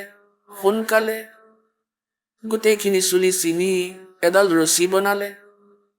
এওঁ হয় মুছলমান। যিসকলে মাংস খাই এনেই ফূৰ্তি কৰে তেওঁলোক মুছলমান নহয়। এই ছোৱালীজনী হয় মুছলমান। কোৱা হয় দয়া বিনা দৰবেশ কছাই, যাৰ দয়া নাই তেওঁ ভগত কেনেকুৱা। দীঘল দীঘল, ইমান দীঘল ৰছী বনালে নিজৰ চুলিৰে। পানী বহুত তলত আছিল, আৰু নিজৰ বস্ত্ৰ খুলি, আগতে ডাঠ ডাঠ খদৰৰ কাপোৰ আছিলে, সেই কাপোৰ খুলি এনেকৈ বান্ধি পানীত ভিজালে। এটা কলহ পৰি আছিল ভঙা, ঘটি আধা ফাল, ইয়াতে চেপিলে আৰু তাতে ঢালি দিলে। কুকুৰজনীয়ে খাব ধৰিলে, গোটেইখিনি খাই পেলালে। কুকুৰজনীৰ পানীৰ পিয়াহ আঁতৰালে, আৰু নিজৰ যি তেজ ওলাইছিলে সেইবোৰ নিজৰ কাপোৰেৰে মচি এনেকৈ ধুই জোকাৰি আচাৰি শুকুৱাই পিন্ধি ল'লে। আৰু সেয়া পিন্ধি আকৌ যাবলৈ ধৰিলে মক্কাৰ ফালে। কোৱা হয় সেই মক্কাৰ বিল্ডিং এজ ইট ইজ উঠি আহি সেই ঠাইখনলৈ আহি পালে। সেই কুঁৱাৰ ওচৰত যেনেকৈ প্লেটফৰ্মত ৰেলগাড়ী ৰৈ থাকে, তাই দেখিলে মক্কা। মক্কা পাই গ'লোগৈ মই, সপোনৰ নিচিনা লাগিলে। তাই দৌৰিলে, উঠিলে। তাই উঠাৰ পিছত সেইটো উঠিলে, আৰু তাত সকলো যাত্ৰী যিসকল গৈছিলে নিজৰ মূৰ দোৱাইছিলে সকলোৱে তাৰ ভিতৰত। আৰু সেই মক্কা তাৰ স্থানত নাই। সকলোৱে ভাবিছে কলৈ গ'ল আমাৰ মক্কা। তেতিয়া কিছু সময়ৰ পিছত বিমানৰ দৰে গৈ মক্কা পুনৰ আগৰ স্থানত স্থাপন হৈ গ'ল। এতিয়া সেই কাৰণে সম্পূৰ্ণ মুছলমান ধৰ্মত সেই ক্ষেত্ৰত এনেকুৱা হৈ গ'ল যে ভক্তি কৰিলে ৰাবিয়াৰ দৰে কৰিব লাগে। ভক্তি যদি কৰা ৰাবিয়াৰ দৰে কৰা। মক্কাকো মাতি লৈ গ'ল সেই ৰাবিয়াই, আৰু তাইৰ কাৰণে মক্কা তালৈ গুচি গ'ল। এতিয়া পুণ্যাত্মাসকল এইটো বুজিবা, যেনেকৈ দাসে আপোনালোকক কৈ আছিলে যে প্ৰথমে আমাৰ যিবোৰ সুখ আছিলে অথবা ঘৰত কোনো ভাল ঘটনা ঘটিছিল, তেতিয়া আমি এইটো ভাবিছিলো যে যি সাধনা আমি কৰি আছো ইয়াৰ পৰাই হৈছে আমাৰ এইবোৰ। কিন্তু এয়া আছিল আগৰ পুণ্য। সেই পুণ্যৰে আমাৰ দয়া হ'ল। সেই দয়াৰে তাইৰ ইমান সাহস আহিল যে চুলি ছিঙিলে আপুনি ছিঙি দেখুৱাওকচোন। বুজি পাই যাব, আগৰ সংস্কাৰৰ পৰা তেওঁ প্ৰবল কৰিলে। करे करावे साइया मन में लहर उठा, दादू से दरजीव के आ बगल हो जा। তাৰ পিছত তাইতো তাত প্ৰশংসাৰ পাত্ৰ হৈ গ'ল, সকলো ঠাইতে গুণ গোৱা হ'ল। ইয়াৰ পিছৰ জন্ম বংশুৰী নামৰ ছোৱালীৰ ৰূপত হ'ল। বংশুৰী নামৰ ছোৱালী। আৰু তাই আকৌ ইমান ৰাগ জাগ গাবলৈ ধৰিলে, অৰ্থাৎ সেই ডান্স চান্স কৰা যিসকল হয় ছোৱালী, তেনেকৈ জন্ম হ'ল। কিন্তু আস্থা আছিল ভগৱানৰ ওপৰত। তেতিয়া তাই মক্কালৈ গ'ল, আৰু তাই এইটো শুনিছিলে যে মক্কাত যাৰ মৃত্যু হৈ যায় তেওঁ নিজৰ সিদ্ধিৰে স্বৰ্গলৈ গুচি যায়। এতিয়া আগৰ সংস্কাৰ পৰমাত্মাৰ ভক্তি কৰি ৰাখিছিলে, 4 বছৰ এঙামুৰি লৈ আছিলে, তাইৰ ইমান সাহস আহিছিলে। সেই ছোৱালীজনীয়ে কি কৰিলে যে মক্কাত নিজৰ ডিঙি কাটি পেলালে। তাইক মুক্তিটো লাগেই, 50-55 বয়সৰ হৈ গ'ল। যে মুক্তি লাগে মোক, আৰু কয় যে মক্কাত যিজন মৰি যায় তেওঁ স্বৰ্গলৈ যায়। তাৰ লোকবেদ দন্ত কথাত লিখা আছে চিধা স্বৰ্গলৈ যায়। সেয়ে তাই তাতেই ডিঙি কাটি ল'লে। আহক আমি এতিয়া সেই শ্ৰদ্ধালুসকলৰ অনুভৱবোৰ জানো, যিসকলে জগতগুৰু তত্ত্বদৰ্শী সন্ত ৰামপাল গুৰু মহাৰাজৰ পৰা দীক্ষা প্ৰাপ্ত কৰিছে তথা তেওঁ কোৱা ভক্তি মাৰ্গ এওঁলোকে অৱলম্বন কৰি আছে। নমস্কাৰ ছাৰ। সৎ চাহেব। ছাৰ কি নাম আপোনাৰ? ৰমেশ কুমাৰ। ছাৰ ক'ৰ পৰা আহিছে আপুনি? ছাৰ গাঁও ভজৰা, তহচিল চৰ্দাৰ, জিলা চুৰু, ৰাজস্থানৰ নিবাসী হয়। সন্ত ৰামপালদেৱ মহাৰাজৰ পৰা নাম দীক্ষা লোৱাৰ আগত আপুনি কিবা ভক্তি সাধনা কৰিছিলনে? ছাৰ সন্ত ৰামপালদেৱ মহাৰাজৰ শৰণলৈ অহাৰ আগতে যিমানবোৰ দেৱী দেৱতা আছিলে সকলোৰে ভক্তি কৰিছিলোঁ। যেনে ধৰক হনুমানৰ পূজা কৰা, কৃষ্ণদেৱৰ ভক্তি কৰা। যেতিয়া মই সৰু আছিলোঁ হনুমান দেৱৰ ভক্তি কৰিছিলোঁ। তাৰপিছত মোৰ এৰিয়াৰ ভিতৰত এজন সন্ত আছিল, ভোলে বাবা নামৰ। তেওঁ প্ৰবচন দিব আহিছিল। তেওঁ প্ৰবচন কৰিছিলে, তেওঁ ভাগৱতৰ প্ৰবচন কৰিছিলে। তাৰ আগতে মই হনুমান দেৱৰ ভক্তি কৰিছিলোঁ। গতিকে সৰুৰ পৰা এটা ইচ্ছা আছিল, পৰমাত্মাক পোৱাৰ ইচ্ছা। গতিকে সৰুৰ পৰা ভাবিছিলোঁ যে পৰমাত্মা কোনো আন, এওঁলোক পৰমাত্মা নহয়। যি হিপাৰূপী পৰমাত্মা তেওঁৰ ভক্তি কৰিব লাগে। গতিকে ভোলে বাবাই ক'লে যে যি কৃষ্ণ ভগৱান আছে তেওঁৱেই পূৰ্ণ পৰমাত্মা। ভাগৱতৰ যি কথা সেয়া আটাইতকৈ ডাঙৰ কথা, তাতকৈ ডাঙৰ কোনো গ্ৰন্থ নাই। তেতিয়া মোৰ এনেকুৱা লাগিল যে কৃষ্ণ ভগৱানেই পূৰ্ণ পৰমাত্মা। গতিকে তেওঁৰ ভক্তি কৰিবলৈ ধৰিলোঁ। তাৰ বাহিৰেও যেনে ব্ৰত ৰাখিব লাগে, মঙলবাৰে ব্ৰত ৰাখিছিলোঁ, নৱৰাত্ৰিৰ ব্ৰত ৰাখিছিলোঁ। আৰু এমাহ মই শাওনৰ মাহটো মই নিৰাহাৰে আছিলোঁ। এটা সম্পূৰ্ণ শাওন মাহ মই অন্ন গ্ৰহণ কৰা নাছিলোঁ। আৰু এই দাসে 6 মাহ খালী ভৰিৰেও খোজকাঢ়িছিল। তাৰপিছত নিৰ্জলা একাদশী, যি পানী নোখোৱাকৈ কৰা হয়, এই দাসে সেই নিৰ্জলা ব্ৰত কেইবাটাও ৰাখিছিলে। ছাৰ আপুনি যিহেতু ক'লে আপুনি ইমানবোৰ পূজা কৰিছিলে, কৃষ্ণদেৱৰ ভক্তি কৰিছিলে আৰু শিৱদেৱৰ ভক্তি কৰিছিলে, তথা এমাহলৈকে উপবাসো খাটিছিলে, তেন্তে ছাৰ ইমানবোৰ ভক্তি কৰাৰ পিছতো আপুনি সন্ত ৰামপালদেৱ মহাৰাজৰ পৰা নাম উপদেশ কিয় ল'লে? ছাৰ প্ৰথমতেতো সন্ত ৰামপালদেৱ মহাৰাজৰ জ্ঞান মোৰ বহুত ভাল লাগিল। তেওঁৰ কিতাপ পঢ়িছিলোঁ, সেয়া বহুত ভাল লাগিছিল। দ্বিতীয়তে মই বহুত সাধনা আৰু বহুত ব্ৰত ৰখাৰ বাবে মোৰ শৰীৰ একেবাৰে দুৰ্বল হৈ গৈছিলে আৰু পেট বিষো হ'ব ধৰিছিলে মোৰ। আৰু ঘৰতো বহুত অশান্তিৰ সৃষ্টি হৈছিলে, যেনে ঘৰত হাই কাজিয়া কৰা, আৰু মোৰ খঙো বহুত উঠিছিলে। কিন্তু সন্ত ৰামপালদেৱ মহাৰাজৰ শৰণলৈ অহাৰ পিছত সেই সকলো পৰমাত্মাৰ দয়াত নৰ্মেল হৈ গ'ল। ছাৰ আপুনি সন্ত ৰামপালদেৱ মহাৰাজৰ শৰণলৈ কেনেকৈ আহিল? ছাৰ সন্ত ৰামপালদেৱ মহাৰাজৰ শৰণলৈ এনেকৈ আহিলোঁ, মই সেই সময়ত বেংগলৰত আছিলোঁ। মই যেতিয়া বেংগলৰৰ পৰা গাঁৱলৈ আহিলোঁ তেতিয়া গাঁৱত এখন গৌশালা আছিলে। ভগৱানক ভাল পোৱাৰ বাবে মই গৌশালালৈ গ'লোঁ। গৌশালাত এজন ভকত আছিলে। তেওঁ মোক খালী ভৰি থকা দেখি ক'লে, তুমি খালী ভৰিৰে কিয় আছা? মই ক'লোঁ যে ভাই এনেই আছোঁ। তেওঁ ক'লে নহয় কিয় আছা কোৱা? মই ক'লোঁ নাই এনেই। তেতিয়া ক'লে ঠিক আছে, তুমি মোক কোৱা যে আটাইতকৈ ডাঙৰ নামটো কি? মই ক'লোঁ ভাই মই এইটোৱে শুনিছিলোঁ যে ওম নাম সবচে বড়া ইসছে বড়া না কৈ, जो इसका स्मरण करे शुद्ध आत्मा হয়। গতিকে মই ক'লোঁ যে ওম নামটো আটাইতকৈ ডাঙৰ। তেতিয়া ক'লো চাগে ৰাম নাম আটাইতকৈ ডাঙৰ হ'ব। তেওঁ ক'লে নহয়। তেতিয়া ক'লো ওম নম ভগৱতে বাসুদেৱাই এইটো আটাইতকৈ ডাঙৰ হ'ব। তেওঁ ক'লে নহয়। মই ক'লো যে ওম নম ভগৱতে বাসুদেৱাই শ্ৰীকৃষ্ণ গোবিন্দ হৰে মুৰাৰী হে নাথ নাৰায়ণ বাসুদেৱাই এইটোৱে ডাঙৰ হ'ব। তেওঁ ক'লে যে নহয়। তেতিয়া মই ক'লো যে ভাই আপুনিয়ে কৈ দিয়ক কোনটো ডাঙৰ, মই নাজানো দিয়া। তেতিয়া তেওঁ মোক সন্ত ৰামপালদেৱ মহাৰাজে লিখা জ্ঞান গংগা নামৰ কিতাপখন দিলে। গতিকে যেতিয়া কিতাপখন দিলে তেতিয়া মোৰ মনত এনেকৈ অভিমান আহিল, অহংকাৰ আহিল যে মই গীতাৰো পাঠ কৰোঁ, সুন্দৰাকাণ্ডৰো পাঠ কৰিছোঁ মই, আৰু ভাগৱতৰ পাঠো মই ঘৰত কৰিবলৈ ধৰিছিলোঁ, ৰামায়ণৰ পাঠো মই কৰোঁ আৰু অন্য সাধনাও কৰোঁ। এই কিতাপখনৰ ভিতৰতনো কি আছে? যেতিয়া মই সেই কিতাপখন সম্পূৰ্ণ পঢ়িলোঁ, আপোনালোকে নামানিব, মই বহি কান্দিবলৈ ধৰিলোঁ যে সেই পৰমাত্মা, মইতো গমেই পোৱা নাছিলোঁ যে পৰমাত্মা কোন। এই কিতাপখনটো অমূল্য গ্ৰন্থ হয়। ইয়াৰ ভিতৰত 4খন বেদ, পবিত্ৰ গীতা, কুৰাণ, বাইবেল সকলো গ্ৰন্থৰে সমাৱেশ আছে। এইখনটো বহুত ডাঙৰ গ্ৰন্থ হয় আৰু মই ইয়াৰ অপমান কৰিলোঁ। হে পৰমাত্মা মোক ক্ষমা কৰিবা আৰু পৰমাত্মা আপোনাৰ শৰণত লওক মোক। তাৰে কিছুদিন পিছত মই বৰবালা আশ্ৰমলৈ গ'লোঁ। বৰবালা আশ্ৰমলৈ যোৱাৰ পাছত মই যেতিয়া তাৰে স্থিতি দেখিলোঁ, তাৰে পৰিৱেশ দেখিলোঁ, তেতিয়া মোৰ আত্মা প্ৰসন্ন হৈ গ'ল যে সকলোৱে নিজৰ মাজতে মগ্ন হৈ আছে, কোনেও হাই কাজিয়া কৰা নাই, সকলোৱে শান্তিত বহি আছে, ভোজ খাই আছে, কোনোবাই মালা গনি আছে, কোনোবাই আৰতি কৰি আছে। গতিকে মই সেই পৰিৱেশ বৰ ভাল পালোঁ। আগতেতো কেৱল শুনিছিলোঁ সৎলোকৰ কথা, কিন্তু সন্ত ৰামপালদেৱ মহাৰাজৰ শৰণলৈ যোৱাৰ পাছতহে মোৰ জ্ঞান হ'ল যে ভাই এয়া সাক্ষাৎ স্বৰ্গ।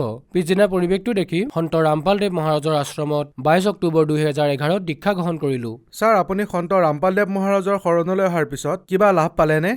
সন্ত ৰামপালদেৱ মহাৰাজৰ শৰণলৈ অহাৰ পিছত গুৰুদেৱৰ পৰা নাম লোৱাৰ পিছত তাৰ কিছুদিনৰ পিছতেই মই যেতিয়া প্ৰাৰ্থনা জনালোঁ যে দাসৰ এটা প্ৰাৰ্থনা আছে গুৰুদেৱ, তেতিয়া গুৰুদেৱে ক'লে তোমাৰ প্ৰাৰ্থনা হৈ গ'ল।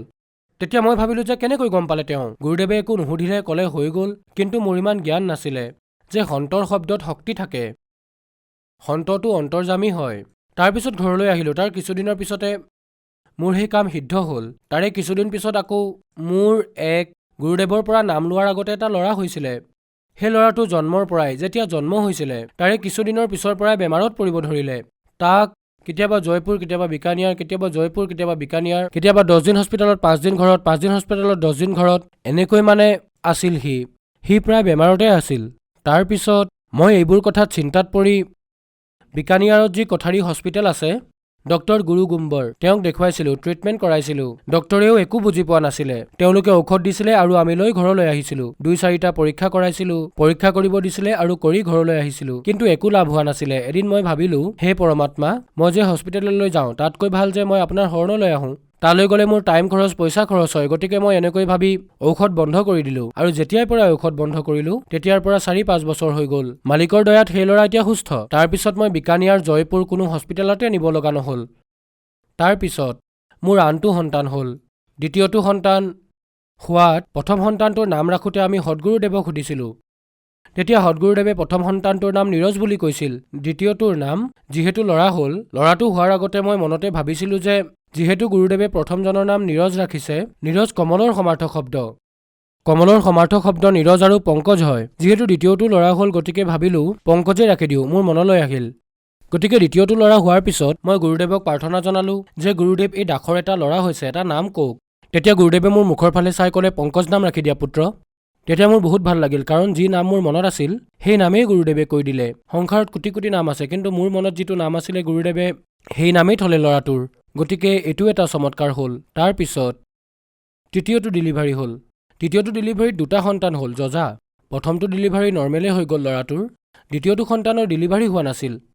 দ্বিতীয়টো সন্তানৰ ডেলিভাৰী নোহোৱাৰ বাবে 1 ঘণ্টাই হৈ গৈছিলে। 1 ঘণ্টালৈ ডেলিভাৰী নোহোৱাত নাৰ্ছে কৈ দিলে যে এই বাচ্ছাটোৰ ডেলিভাৰী ইয়াত নহ'ব, আপুনি আন ঠাইলৈ লৈ যাওক।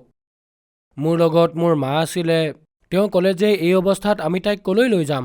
ক'লে বিকানিয়াৰ বা আন ঠাইত ক'ৰবাত লৈ যাওক, এই ডেলিভাৰী কৰাব নোৱাৰিম আমি। এই অৱস্থাত আমি ক'লৈ লৈ যাম তাইক?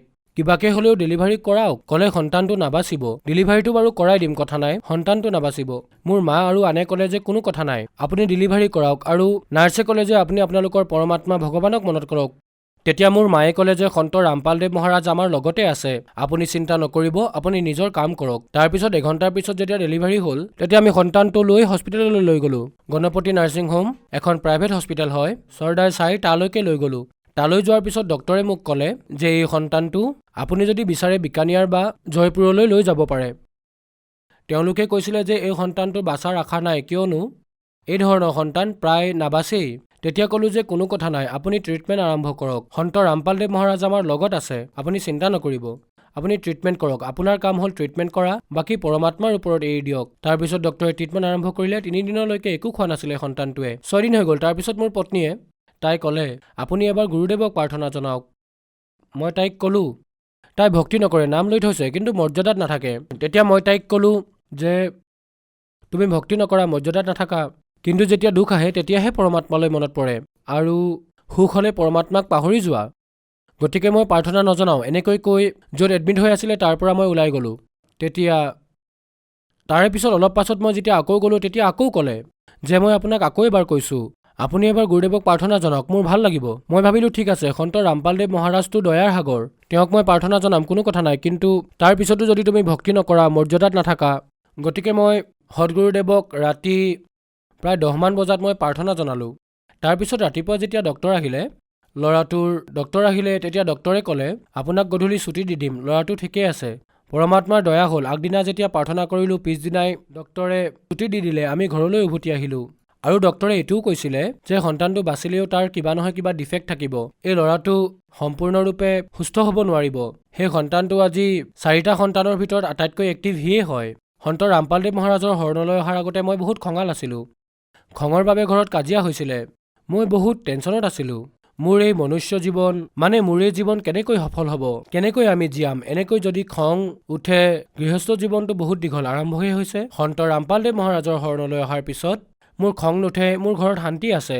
এবাৰ মোৰ মা ঘৰৰ মকৰা জাল এৰুৱাই আছিলে, চাফা কৰি আছিলে। মা তাৰ পৰা পৰি গ'ল। তলত পৰাৰ পিছত মায়ে ইমান বেছি দুখ পালে যে মায়ে ভাবিলে যে মোৰ হাৰ্ডিত ফ্ৰেকচাৰ হৈছে।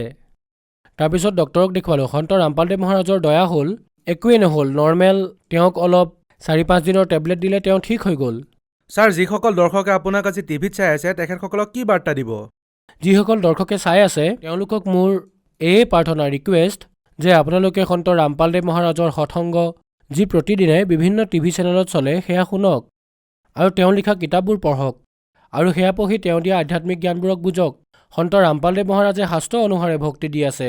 তেওঁ দিয়া ভক্তি আপোনালোকে কৰক, তাৰ পৰাই মুক্তি সম্ভৱ। আপোনালোকৰ ঘৰত যিকোনো বাধা থাকক বা শৰীৰত ৰোগেই থাকক, সেয়াও পৰমাত্মাৰ দয়াত সন্ত ৰামপালদেৱ মহাৰাজে দিয়া ভক্তিৰে সেয়াও ভাল হয়, আৰু ঘৰৰ অশান্তিও আঁতৰ হয়। ছাৰ, যিসকলে সন্ত ৰামপালদেৱ মহাৰাজৰ পৰা নাম দীক্ষা ল'ব বিচাৰে তেওঁলোকে সন্ত ৰামপালদেৱ মহাৰাজৰ পৰা কেনেকৈ নাম দীক্ষা ল'ব পাৰিব? ছাৰ, সন্ত ৰামপালদেৱ মহাৰাজৰ সৎসংগ বিভিন্ন টিভি চেনেলত আহে। সেই সৎসংগ শুনক। সৎসংগত তলত শাৰী এটা আহে, শাৰীটোত নম্বৰ আহে। তাতে ফোন কৰাৰ পিছত আপোনাৰ নিকটৱৰ্তী নামদান কেন্দ্ৰৰ নম্বৰ দি দিব। তালৈ গৈ আপুনি নাম দীক্ষা ল'ব পাৰিব আৰু নিজৰ কল্যাণ কৰাব পাৰিব। ধন্যবাদ ছাৰ। সৎ চাহেব।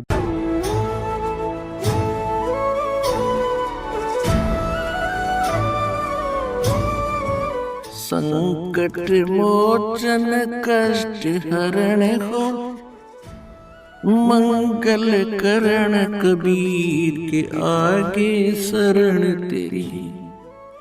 संकट मोचन कष्ट हरण हो, मंगल करण कबीर के आगे शरण तेरी। ना मेरा जन्म न गर्भ बसेरा, बालक होई दिखलाया। काशी नगर जल कमल पर डेरा, ताहा जुलाहा ने पाया। माता पिता मेरे कछ नाही, ना मेरे घर दासी। जुल्हा को सुत आन कहाया, जगत करे मेरी हासी। জগতগুৰু তত্ত্বদৰ্শী সন্ত ৰামপাল গুৰু মহাৰাজৰ সান্নিধ্যত পৰমেশ্বৰ কবিৰ চাহাবৰ প্ৰকট দিৱসত 9, 10 আৰু 11 জুন 2025 তাৰিখে নেপাল সহিতে ভাৰতৰ 12খন সতলোক আশ্ৰমত 3-দিনীয়া মহাসমাগমৰ আয়োজন কৰা হৈছে। পবিত্ৰ অৱসৰৰ 3-দিনীয়া অখণ্ড পাঠ, বিশাল ধৰ্মভোজ, বিশাল সৎসংগ সমাৰোহ, নিঃশুল্ক নাম দীক্ষা, ৰক্তদান শিবিৰ, আধ্যাত্মিক প্ৰদৰ্শনী, যৌতুকমুক্ত বিবাহ, এনে কেইবাটাও ভব্য কাৰ্যক্ৰম হ'ব, য'ত আপোনালোক সকলো নগৰ আৰু গাঁওবাসী এই বিশাল অদ্বিতীয় ধৰ্মভোজত সাদৰেৰে আমন্ত্ৰণ জনোৱা হৈছে। অনুগ্ৰহ কৰি আপোনালোকে এই বিশাল ধৰ্মভোজ তথা সৎসংগত পৰিয়াল সহিতে উপস্থিত হৈ এই আয়োজনৰ শোভা বৰ্ধন কৰে যেন, আৰু জগতগুৰু তত্ত্বদৰ্শী সন্ত ৰামপাল মহাৰাজৰ সান্নিধ্যত এই বিশাল সৎসংগ আৰু ধৰ্মভোজৰ আনন্দ লওক। ইয়াত আপোনাৰ সেৱাৰ কাৰণে উপস্থিত থাকিব সন্ত ৰামপাল গুৰু মহাৰাজৰ সকলো ভকত সমাজ। এই সমাগমৰ আয়োজনস্থলীৰ ঠিকনা হৈছে সতলোক আশ্ৰম, থনানা ধাম, তেহচিল গোহানা, জিলা সোনিপত, হাৰিয়ানা। দিনাংক 9 পৰা 11 জুন 2025। সময় পুৱা 8 বজাৰ পৰা সন্ধিয়া 5 বজালৈ। আপোনালোকে কবিৰ প্ৰকট দিৱসত হ'বলগীয়া এই মহাসমাগমৰ চিধা সম্প্ৰচাৰ সন্ত ৰামপালজী আছামিজ সৎসংগ ইউটিউব চেনেল আৰু সন্ত ৰামপালজী আছামিজ সৎসংগ ফেচবুক পেজত চাব পাৰিব।